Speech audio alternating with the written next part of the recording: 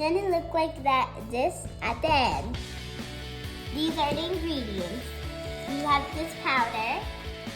We have the unicorn, of course we need it. We have food coloring, but sometimes in the packet, but normally in the package there is food coloring, or you could use your own if you don't like those colors. Have a brush.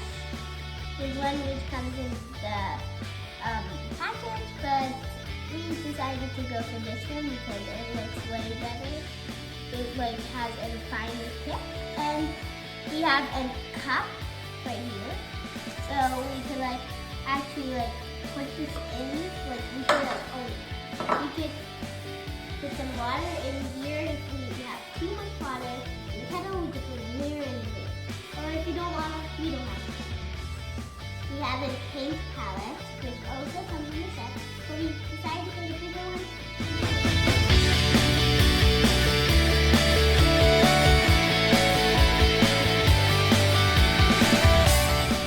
Like that. Now we can put our unicorn in, and it probably should fit in there. And now we have to wait about 12 hours. See you in 12 hours, guys. It's been 12 hours. Look at this food, it's so pretty. Now we got to take the unicorn sculpture outside of the water and let the unicorn dry for about 30 minutes. See? And then we can paint it. See y'all in 30 minutes. Yeah. Let's start painting. I'm gonna go pink for the ears, for the inside part of the ears.